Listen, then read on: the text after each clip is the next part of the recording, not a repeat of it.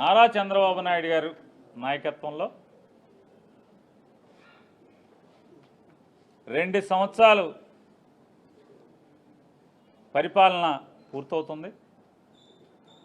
పూర్తవుతున్న సందర్భంలో ఆయనకి పవన్ కళ్యాణ్ గారికి వాళ్ళ అబ్బాయి గారికి ఏమో పైలా పచ్చిస్గా సాగింది. ప్రజలు మాత్రం వాళ్ళ జీవితం అంతా కూడా ఒడిదుడుకులు, కష్టాలు, నష్టాలు, భరించలేనటువంటి రేట్లు, ఒక తిప్పలు కాదు, ఒక బాధలు కాదు. పిల్లలకి ఫీజులు కట్టరుగా ప్రభుత్వం, హాస్పిటల్లో మందులు దొరకవు, హాస్పిటల్లో వైద్య సేవలు దొరకవు, పెద్ద వైద్యానికి, మెరుగైన వైద్యానికి కార్పొరేట్ హాస్పిటల్కి వెళ్తే వైద్యం అందదు, ఆరోగ్యశ్రీ లేదంటారు. ఎమ్మెల్యే దగ్గరికి వెళ్తేనే వైద్యం అంటారు. పేషెంట్ చావు బతుకుల్లో మధ్యలో ఉండి వాళ్ళ భార్య, వాళ్ళ కొడుకులు, పిల్లలు, కుటుంబం ఎమ్మెల్యే దగ్గరికి వెళ్ళి పడిగాపులు పడి లెటర్ తెచ్చుకోవాలి ఉచిత వైద్యం కావాలంటే. పోనీ అలాంటి హాస్పిటల్లోనా ఎమ్మెల్యే దగ్గర పడిగాపులు పడి పేషెంట్ని చావు బతుకుల్లో ఉంచి హాస్పిటల్లో వెళ్ళి ఎమ్మెల్యే గారి దగ్గర లెటర్ తెస్తే ఏంటా అంటే అక్కడితో ఆగే పరిస్థితి లేదు. ఆ లెటర్తో పాటుగా ఇంత కట్టాలి, అంత కట్టండి, గవర్నమెంట్ నుంచి మాకు 1,00,000 వస్తుంది, మీరు ఒక 50,000 కట్టండి, గవర్నమెంట్ నుంచి మాకు 2 లక్షలు వస్తాయి, మీరు 70,000 కట్టండి. ఇటువంటి బేరసారాలతో గతి లేక ఇవాళ మనుషుల్ని బతికించుకోవడం కోసం సామాన్యులు ఆంధ్రప్రదేశ్ రాష్ట్రంలో బాధలు పడే పరిస్థితి. ఎవరో అక్కర్లేదు, మనం ఈ ప్రభుత్వం బాగుందా బాగోలేదా అనేది ఎవరినో అడగక్కర్లా.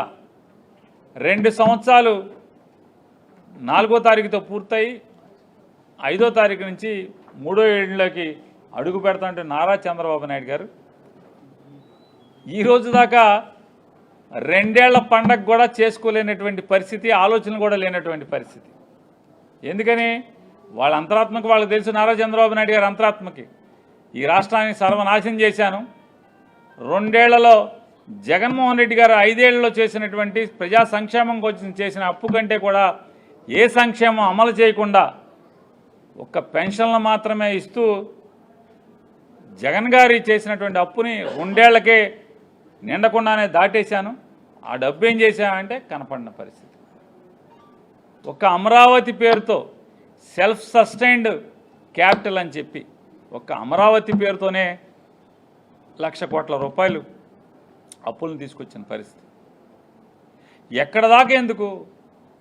మెగా డిఎస్సి అనే పేరుతో ఎంత డగా డిఎస్సిగా దాన్ని చేశారు. మెగా డిఎస్సి అనే దాన్ని ఒక మెగా స్కామ్గా ఇవాళ తయారు చేసినటువంటి పరిస్థితి మనం చూస్తున్నాం. అమరావతిలో అవినీతి విపరీతంగా ఉందని చెప్పని వైఎస్ఆర్ కాంగ్రెస్ పార్టీ కాదు, జగన్మోహన్ రెడ్డి గారు కాదు మాట్లాడేది.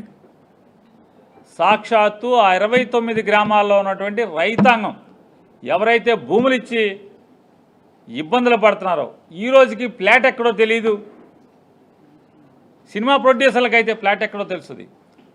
నారా చంద్రబాబు నాయుడు గారికి అమ్మటాకైన రమేష్ గారికి అయితే ఫ్లాట్ ఎక్కడో తెలుస్తుంది. లేదా ఓ పేపర్ ఆయన పిల్లలకైతే తెలుస్తుంది. కానీ ఈరోజు దాకా కూడా ఆ 29 గ్రామాల్లో తాతలు, తండ్రులు ఇచ్చినటువంటి ఆస్తిని చంద్రబాబు నాయుడు గారి మాటని నమ్మి మోసపోయినటువంటి రైతాంగానికి మాత్రం ఈరోజు దాకా ఫ్లాట్ ఎక్కడో తెలియదు. వాళ్ళ కొడుకులకి లేదా మనవాళ్ళకి మన పొలం వదులుకున్నాం, ఈ ప్లాట్ మందని చూపించుకోలేనటువంటి స్థితిలో మానసికంగా రోధిస్తున్నటువంటి పరిస్థితి. మరి డిఎస్సి అక్కడితో బయలుదేరి కాంట్రాక్టుల్లో దగ, కాంట్రాక్టుల్లో అవినీతి, లేదా పరిశ్రమలకు భూములు ఇచ్చే పేరుతో అవినీతి. ఫ్యాక్టరీ కట్టుకుంటారు వాళ్ళు, రూపాయి అంటాడు, ఫ్యాక్టరీ ఉండదు, ఏముండదు, రూపాయికి అంటాడు. బరి తెగించినటువంటి ఏదో సామెతగా ఉంది, తినమరిగిన కోడి ఇల్లెక్కి కూసిందంట. అంటే నన్నే బాగా తినటం మరిగిపోయి నన్ను ఎవడేం చేయలేడు, నా పేక్కోయలేడు, నన్ను మాంసం వండుకోలేడు అని చెప్పని ఆదివారం పూట కూడా ఇల్లెక్కి కూసిందన్న సామెత ఉంది. నారా లోకేష్ గారు ఈ రాష్ట్ర ముఖ్యమంత్రి చంద్రబాబు నాయుడు గారి కొడుకు చెప్తాడు, అవును భాయ్ ఇస్తాం భాయ్, ఎకరం కాదు 2 ఎకరాలు కాదు గజం కాదు మొత్తం అంతా రూపాయికి ఇస్తానన్నమాట. ఎవరా స్థితి అంటే అవినీతి చేయటానికి బరి తెగింపు, భయం లేదు, బాధ్యత లేదు.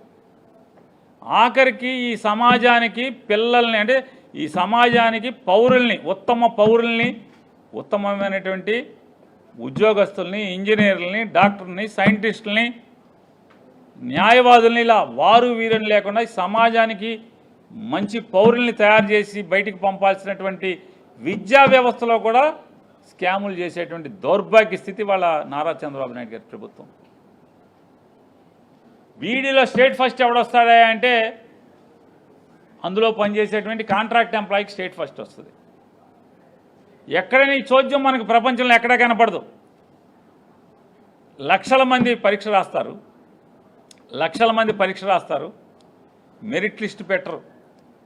ఎవరికి ఫస్ట్ ర్యాంక్ వచ్చింది, ఎవరికి సెకండ్ ర్యాంక్ వచ్చింది, ఎవరికి 100 ర్యాంక్ వచ్చింది, ఎవరికి 1,00,000 ర్యాంక్ వచ్చిందో, ఎవరికి 2 లక్షల ర్యాంక్ వచ్చిందో బోర్డు ఎట్టరు, ఎవరికి రాయరు, ఎవరికి చెప్పరు.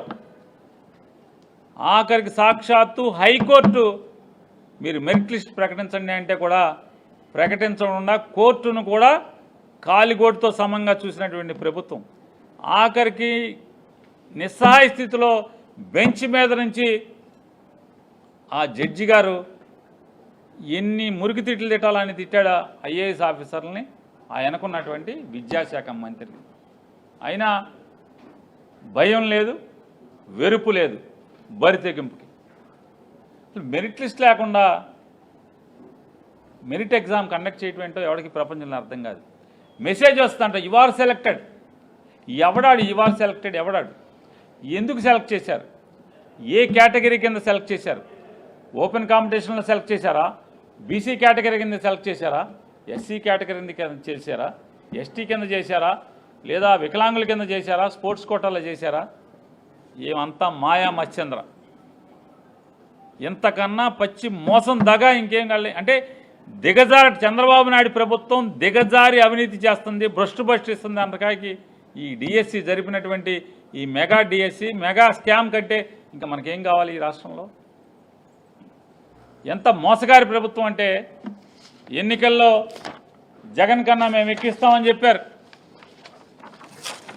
జగన్ కన్నా ఎక్కువిస్తాం, సంపద సృష్టిస్తాం, సంపదలోంచి జనాలకు పంచి పెడతా ఉన్నారు. ఇది ప్రజాగాళం పేరుతో మేనిఫెస్టో, 2024 మేనిఫెస్టో. ఇవాళ జగన్ను చూసి గర్వంగా చెప్తాను, జగన్ దగ్గర నేను ఎమ్మెల్యే చేశాను, మంత్రి చేశానని. ఎందుకంటే మా ప్రభుత్వంలో విఆర్ఓ ఆఫీస్ దగ్గర నుంచి చీఫ్ సెక్రటరీ ఆఫీస్ వరకు వైఎస్ఆర్ కాంగ్రెస్ పార్టీ మేనిఫెస్టో అతికిచ్చి ఉండేది తలుపుల మీద. ఇవాళ మీ మేనిఫెస్టో ఎక్కడా అని అడుగుతున్నాను. మీ మేనిఫెస్టో ఎక్కడన్నా కనపడేటువంటి ఏ ఆఫీసులోన్నా కనపడతా? చీఫ్ సెక్రటరీ ఆఖరి ముఖ్యమంత్రి కార్యాలయం అయినా మీ మేనిఫెస్టో అతికిచ్చుందా? ఎందుకంటే దాని పట్ల మీకు బాధ్యత లేదు కాబట్టి మేనిఫెస్టో అక్కర్లా. మేనిఫెస్టోనేమి లెక్క చేసే పరిస్థితి ఉండదు. మేనిఫెస్టోని లెక్క చేయకపోగా అన్నీ ఇచ్చేసామని చెప్తున్నారు బరి తెగించి. అన్నీ ఇచ్చేశారంట. Super 6 super hit. ఏమి ఇచ్చారు? ఇచ్చిన బస్సును ఆపేస్తామని పరిస్థితి.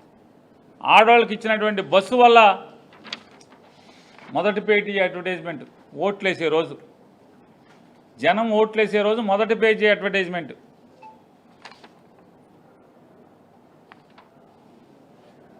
ఇందులో మీ అంతరాత్మ మీరు ప్రశ్నించుకోండి. ఓటు అడిగిన తెలుగుదేశం కార్యకర్తలు బాధపడుతున్నారు. ఇంత పచ్చి మోసం చేస్తుందండి మన ప్రభుత్వం అని చెప్పాను. వారు వీరు కాదు, సాక్షాత్తు వాళ్ళు చెమటోడ్చి సంపాదించిన డబ్బుల్ని